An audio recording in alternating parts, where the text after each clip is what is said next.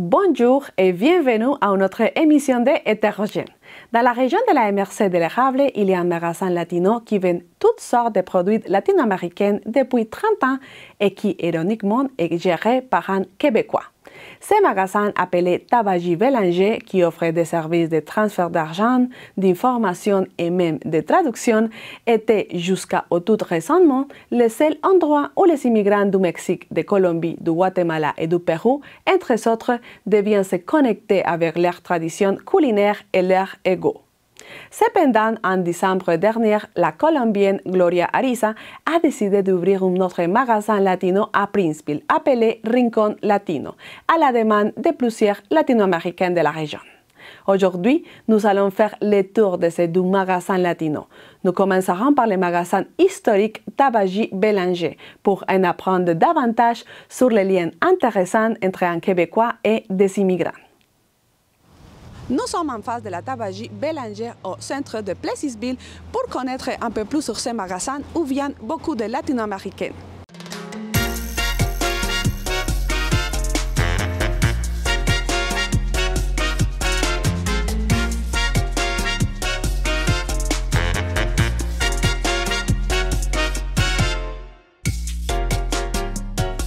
On voudrait savoir un peu plus sur les magasins. Quand et pourquoi est-ce que vous avez ouvert cette tabagie?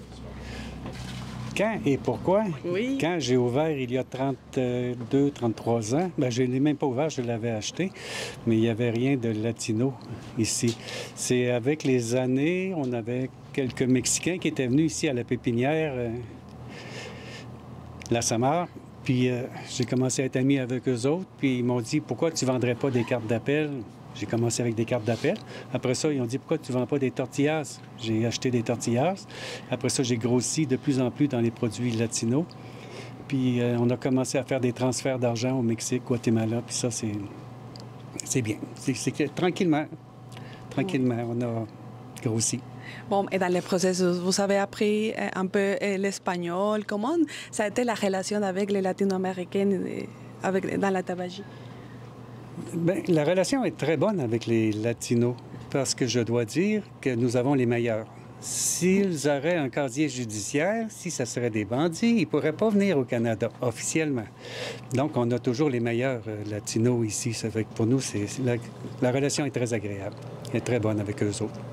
Et est-ce que vous avez vendu toujours les mêmes produits? Oui et non. Si vous me parlez de tortillas, j'ai commencé avec des tortillas blanches, mais maintenant j'ai des tortillas bleues, j'ai des tortillas jaunes. Au début, j'avais aucun Colombien, je vendais pas de produits de Colombie. Maintenant, je vends des produits de Colombie, mais j'en ai aussi du Pérou. Mais la majorité de mes produits, c'est des produits pour les Mexicains et les Guatémaltèques, la majorité. Tortillas blanches, les tortillas azules, bleues, les tortillas jaunes, maïs. Et c'est quoi la différence? Au Mexique, il y a 50 sortes de maïs différents. Donc, ils font 50 farines différentes ou des couleurs différentes. Mais eux autres, ils voient une différence. Moi, je vous dirais qu'il paraît que ça a à peu près tout le même goût, mais les autres voient une différence. Est-ce que peut-être vous recevez des demandes spéciales de la part de vos clients latinos? Oui, c'est possible, mais ils peuvent avoir des demandes spéciales, mais des avoir, moi, à Montréal. Si vous me dites qu'ils vont me demander de la manteca, no se puede aquí, no se puede porque no es légal au Canada. C'est pas légal ici. La manteca que les autres veulent, qu'on fait fondre la graisse de porc, puis qu'on fait la graisse, non, c'est pas permis, il faudrait des permissions spéciales. Ça, c'est des... Mais oui, on me demande des choses, puis j'essaie de les avoir autant que possible de mes fournisseurs de Montréal. Et quelle est la population la plus connue? Bon, de quel pays est-ce que les gens viennent ici? Mexique, Guatemala. Guatemala. Pour travailler pour la canneberge, j'ai beaucoup de Mexicains. Puis dans les canneberges aussi, il y a beaucoup de Latinos, de Guatémaltèques. Mais si on parle de fermes porcines, fermes laitières, plus Guatémaltèques. Les autres, ils vont rester toute l'année. Puis maintenant, il y a beaucoup de travailleurs qualifiés qui vont rester à l'année aussi. Les autres, c'est plus... il y a des Philippins, des Mexicains, Colombiens qui vont travailler, travailleurs qualifiés. Quels sont les produits les plus populaires que vous vendez ici à Tabagie? ¿Quieres comprar? Les tortillas. Les tortillas, ça, on ne peut pas se tromper. La maseca, c'est bon vendeur. Les soupes, les sauces piquantes, les salsas piquantes, oui, ça se vend beaucoup aussi. Ça, c'est piquant. Ça, c'est très piquant. Puis ça aussi. Il y a le mollet qui est assez bon vendeur aussi. Le mollet Doña Maria, la costeña, c'est des produits. Regardez, tout se vend. Les piments, on les a ici, les chipotle. Ça, moi, je dis, c'est toujours que c'est pour presque les cracheurs de feu, là, parce que c'est des piments, c'est très, pour nous, Québécois, c'est très fort.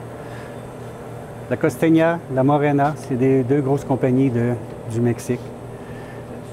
Et comme ça a été l'histoire avec les restaurants mexicains, est-ce que vous étiez les propriétaires et comment ça a passé maintenant à M. José? C'était normal que je le transfère.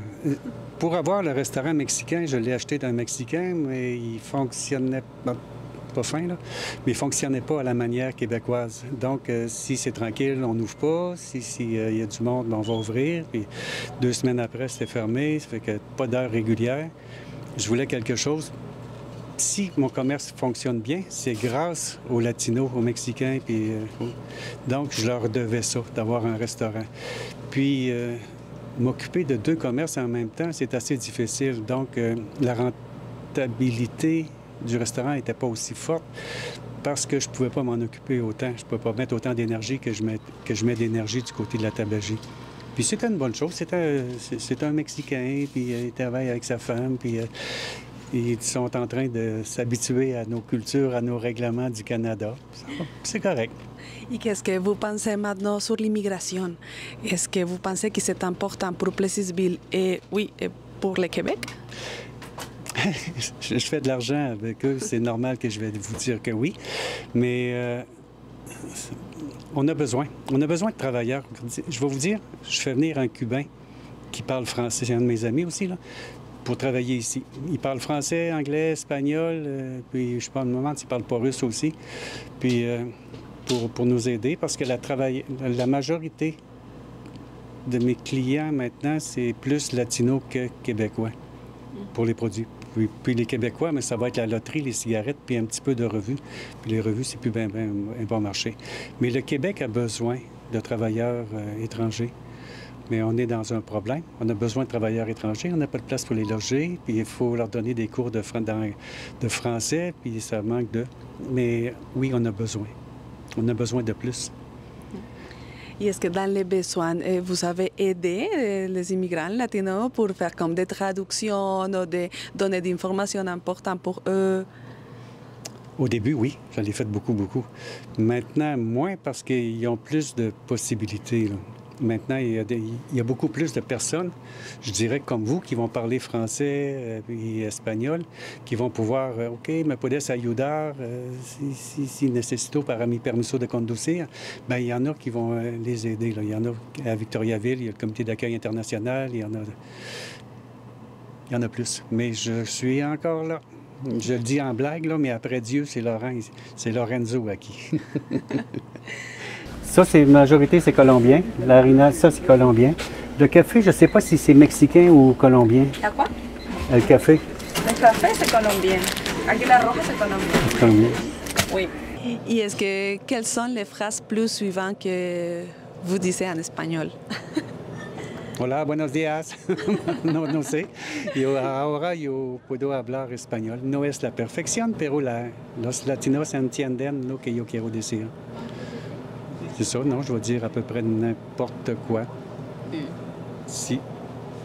Mais de mon vocabulaire de commerce, si on me parle de produits, de maladies, d'estomac ou de tête ou de, je sais pas, parce que ça fait pas partie de mon vocabulaire. J'ai pas été. Si on me parlait de cuisine, qu'on a besoin de tel instrument pour faire de la cuisine, ça fait pas partie de mon vocabulaire, je le sais pas. Mais si vous me parlez des hommes du travail, de las chicas, yo puedo, je peux parler.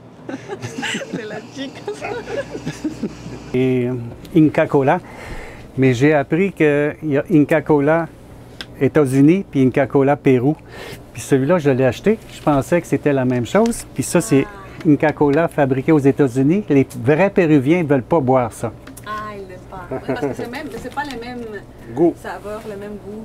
Monsieur Martin, est-ce que vous avez visité du pays de Latino-Amérique? J'ai juste visité Cuba, moi. J'ai été seulement à Cuba, puis j'ai bien aimé. Je vous dirais j'arrive là-bas, puis on se trouve pauvre ici au Canada, mais on arrive là-bas, on voit les gens qui sont beaucoup plus pauvres, qui ont beaucoup plus de misère, qui ont le sourire, puis qui acceptent leur situation. On revient ici, puis là, on se dit, pourquoi se plaindre? On peut parler de notre président, dire que c'est pas une bonne personne, on a le droit de le dire. On peut manger 3 fois par jour ici, on a un toit pour se loger, on a une maison, puis on a de la chaleur, ça fait que pourquoi se plaindre, nous? Quelle est la différence dans la prononciation des mots québécois ou des phrases québécoises et des phrases en espagnol? La prononciation. La prononciation. Es une manière de dire qui est différente. Quand on fait une phrase en français puis qu'on la veut traduire en espagnol, la structure de phrase assez souvent est différente. C'est ça qui fait qu'on a des fois de la difficulté à s'entendre. J'aime beaucoup les chocorams. Ça se vend très bien. Ça se vend très bien. Oui, parce qu'on aime beaucoup les chocorams en Colombie. Qui est avec vous ici dans la tabagie? C'est qui elle? Caroline, ça fait presque 15 ans qu'elle travaille ici avec moi. Puis, regardez, vous avez vu tout à l'heure, quand vous êtes entré, qu'il y avait plusieurs Latinos? Ce soir, beaucoup sont partis. Beaucoup de Latinos sont partis pour le Mexique, le Guatemala. Mais normalement, on est 6 de l'autre côté du comptoir pour faire les transferts puis pour leur vendre des tortillas puis des produits. Ah oui, c'est que le jeudi, c'est un jour important, on peut dire, pour les Latinos, parce que bon, c'est pour les salaires, mais aussi parce qu'ils viennent à acheter des choses ici. La caisse est ouverte jusqu'à 8 heures. Donc, ça leur permet d'aller à la caisse, d'aller faire l'épicerie, de venir ici faire leur dépôt, envoyer l'argent à la famille, acheter la nourriture pour la semaine. Donc, oui, c'est une journée très importante le jeudi. On va tomber dans une période plus tranquille, mais plus tranquille maintenant, c'est quand même assez occupé parce que j'ai beaucoup de travailleurs qualifiés dans les usines. J'ai beaucoup de personnes qui travaillent dans les fermes. Puis j'en ai encore pour les canneberges qui vont faire de la maintenance, de la réparation, puis qui vont partir plus tard. La tabagie Bélanger se trouve à 1718 de la rue Saint-Caliste à Plessisville. On a parlé avec le propriétaire, M. Martineau, pour connaître son expérience avec la population latino-américaine qui habite à Plessisville, mais aussi dans la région. Pour la TVC, Sylvana Suarez. Connaissons maintenant l'histoire de Gloria, qui a récemment ouvert un magasin latino à Princeville, une des principales villes de la MRC de l'Érable. Hoy nos encontramos en la Rue San Jacques, 413 Rue San Jacques, a Princeville, para conocer la nueva tienda latina de la señora Gloria. Vamos a dar un recorrido para saber qué productos tiene y por qué se le ocurrió la idea de abrir una tienda aquí en la MRC del Érable. Vamos. Gloria, muy buenas tardes. Hola Silvana, bienvenida. Buenas tardes, ¿cómo están? Bueno, señora Gloria, estamos aquí pues, para conocer un poco de esta nueva tienda. Cuéntanos por qué surge la idea de abrir la tienda aquí en Princeville. Bueno, la idea realmente nació debido a que nosotros tenemos una tienda latina también en Victoriaville. Entonces los clientes cada vez que llegaban allá, pues hay mucha gente que se desplaza desde Plessisville o mismo de acá de Princeville. Entonces nos decían siempre, ay, deberían abrir una tienda en Princeville, deberían ponernos un depanador latino más cerca para nosotros. Entonces, bueno, un momento dado, debido a mi condición de salud, pues yo estaba en la red de trabajo y entonces pues con mi marido decidimos que, bueno, ¿por qué no? De pronto sea una oportunidad para cambiar y hacer algo diferente. Entonces, pues ya se nos presentó la oportunidad del local, alguien llegó y nos dijo, inclusive fue una persona que llegó y nos dijo, mira, están alquilando un local, está todo, es solamente abrirlo, y nos llevó el número del teléfono del dueño y todo esto. Bueno, Gloria, finalmente, ¿cuándo abren la tienda? ¿Hace cuánto tiempo están aquí? Y bueno, ¿cómo ha sido el proceso también desde que abrieron? Bueno, nosotros La tienda realmente está abierta como después de mediados de diciembre. Habíamos alquilado el local antes, pero pues por mi estado de salud no se podía abrir, entonces empezamos como después de mediados de diciembre. Poco a poco pues hemos ido así construyendo, digamos, la gente se ha ido dando cuenta de que estamos acá y pues realmente yo estoy muy contenta de tener el Depanor o la pizzería acá. Hemos tenido una buena acogida, digamos, aquí en Princeville. Okay.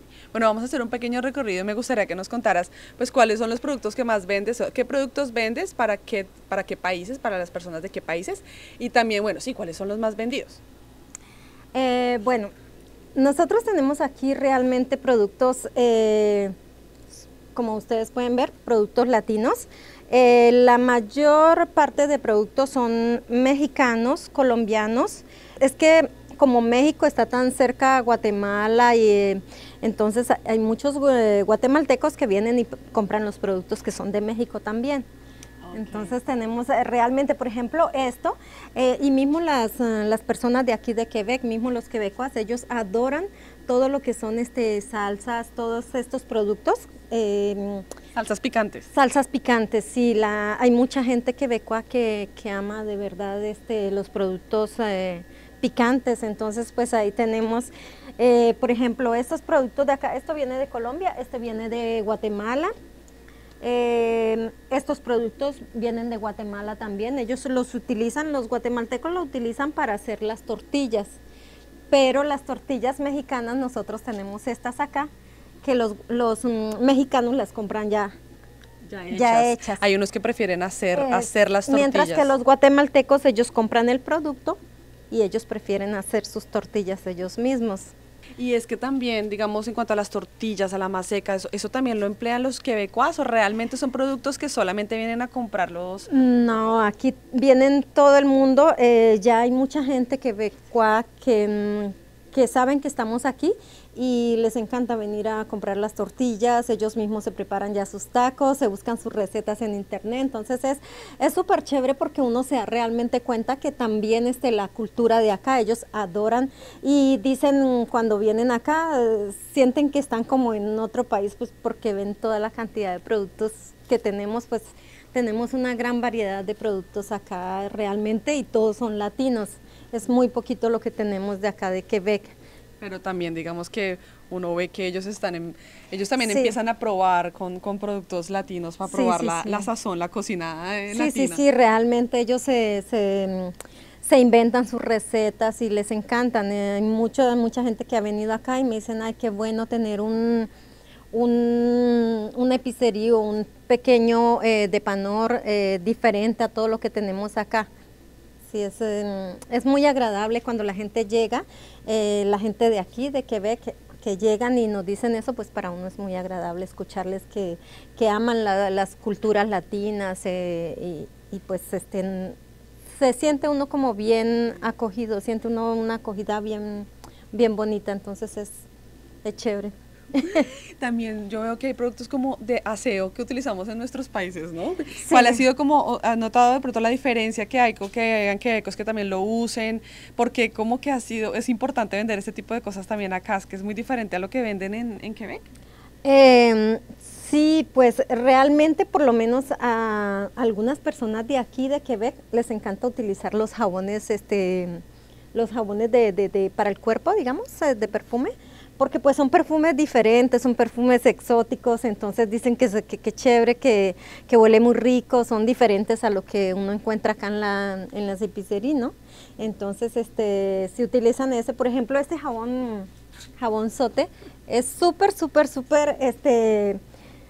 conocido y digamos que la gente quebecua ya empieza también a conocer esos productos y les gusta realmente el aroma. Sí, aunque pues aquí obviamente ellos no lavan así como digamos en nuestros países a la mano, pero sí saben que son jabones el aroma es muy rico. Sí, el jabón Rey el jabón Rey, que es el de Colombia, y el jabón Sote, que es el de México, Sí. pero son jabones que son muy usados para desmanchar la ropa, Sí, para... este jabón Rey es súper famoso en Colombia y es súper utilizado, tal como el jabón, tanto como el jabón Sote y el Dersa, se utilizan sobre todo para la ropa blanca. La gente adora esto, pero para los quebecuas sí les gusta mucho los jabones de aromas así, son bien. Y otra cosa que es súper bien, que tuvimos una buena acogida, digamos, es con Chicharrones. los chicharrones, que ellos les llaman oreille de Cris, que les encanta. De verdad que este es un producto que los quebecos vienen y compran. Bueno, por acá otra vez volvemos a Colombia un poco, ¿no? Sí. Que hay aquí el famoso café colombiano. El famoso café sello rojo de Colombia, que es delicioso. Tenemos también este café instantáneo, que también este café es algo que también a los quebecuas les gusta mucho, mucho, mucho el café de Colombia. Pues es famoso el café de Colombia. Sí. Por aquí tenemos este producto. Es algo que realmente a mí me deja sorprendida de ver cómo no solamente los guatemaltecos, sino las personas de acá también vienen y compran este producto, pero es una cosa así como que, no sé, es loco. Yo digo, no sé, les gusta muchísimo las sopas maruchas. Sí, como eso es instantáneo, ¿no? Como que uno lo Sí, mete en el microondas sí, es y- instantáneo y no sé, dicen que son muy ricas. Sí, les gustan muchísimo. Cherchez-vous quelque chose de spécial? Du lait, t'en as-tu? Du lait? Du lait? Oui. Ah, j'en ai pas pour l'instant. OK. C'est terminé, mais pour demain ou la semaine prochaine. Ouais, Ouais. OK. C'est bien beau. On passe ça. Monsieur, pourquoi est-ce que ça a été important d'avoir un dépanneur latino ici à Princeville? Bien, parce que quand t'es proche, c'est le fun d'avoir le dépanneur. Je suis dans la rue à côté. Fait que quand il manque du lait le matin, on est proche. ¿Y es que vous avez goûté des recettes ou des produits latino-américains? Non? Non? Pas encore. Ça fait que probablement que je vais essayer ça. Oui, vous pourrez Avec, c'est bien peut-être bon. essayer. Ça a l'air que c'est bien bon. Fait que Gloria, ¿cómo ha sido también esa relación con los quebecos? ¿Es que también se interesan por la cultura latina? Ay, sí, claro que sí. Cuando vienen acá, bueno, han venido varias personas que realmente hablan un poquito español. Entonces ellos me piden bueno, yo les hablo en francés y me piden de hablarles en español para poder, me dicen, yo quiero practicar el español. Entonces yo hablo un poquito y luego yo empiezo pues a hablarles, yo les hago preguntas, ellos me responden. Vienen muchos niños también acá. Tengo bastante clientela de niños, entre los 10, 12, 15 años, y vienen, les encantan los bombones, los productos latinos así. Entonces les gusta mucho que uno les hable en español para ellos practicar. Algunos dicen, es que en la escuela estoy aprendiendo español. Entonces me piden de hablarles en español, y los adultos pues también, pero ya pues cuando uno empieza a hablarle mucho, ya paro, yo hablo solo un poquito. Sí, háblame pero despacio, y solo hablo un poquito, no comprendo, dicen, no comprendo. Pero es muy agradable ver que realmente hay mucha gente de acá que le encanta la cultura latina y que se interesan por aprender también de nosotros. No solamente nosotros nos integramos aquí, sino que ellos también, algunas personas quieren integrarse con nosotros y aprender también de nuestras culturas. Entonces pues yo lo que puedo yo les enseño, yo les muestro con mucho gusto a todo el que llega acá. Bueno, Gloria, cuéntame, ¿por qué vendes acá ollas? Porque estas ollas solamente se venden en los países latinoamericanos porque son tan importantes. Bueno, realmente nosotros los traemos porque son muy, muy pedidos, sobre todo por los colombianos. Nosotros los colombianos nos encanta hacer el arroz en estos sartenes. Entonces es un producto que se trae a demanda de los latinos. Los mexicanos también lo utilizan para hacer otras cosas, pero entonces esto es un producto que realmente se vende bien. Y mira, ahí para hacer las tortillas. Sí, las tortilleras, exactamente, esa lo utilizan mucho los guatemaltecos y los mexicanos también, pero esto es algo que se vende mucho entre los guatemaltecos, es un producto que viene de México, pero pues los guatemaltecos lo usan mucho porque ellos mismos se preparan sus tortillas. Entonces es un producto que se vende bastante bien. Y también la chocolatera. La chocolatera. La chocolatera, porque este es el producto no sé, sobre todo en invierno, los latinos, sobre todo los colombianos, adoramos el chocolate. Entonces esto, junto con este aparatito, es súper famoso, digamos, y en invierno se vende muy bien. Bueno, el chocolate se bate así. Se pone el chocolate, la leche, el azúcar y todo, y se va poniendo digamos, se pone a hervir y se le va batiendo el chocolate hasta que hierve, y ya cuando queda bien espumosito, calientito para el frío, es súper genial. Es como si la olla le diera un sabor especial al chocolate, sí, porque en esa olla es la que usualmente se hace, ¿no? Todo el mundo tiene esa olla en ese material de esa marca para poder hacer chocolate. Sí, realmente la gente, los colombianos les encanta estos productos, son súper conocidos, y yo creo que no hay un colombiano que no tenga una chocolatera. Le territoire de la MRC de l'érable accueille de plus en plus des immigrants. Depuis juin 2022, plus de 700 demandes ont été envoyées par des entreprises de l'érable à Service Canada pour l'embauche de travailleurs étrangers. Et l'une des communautés les plus représentatives est la communauté latino-américaine. Rendez-vous la semaine prochaine dans une autre émission de Hétérogène, l'espace de l'information, mais aussi des histoires.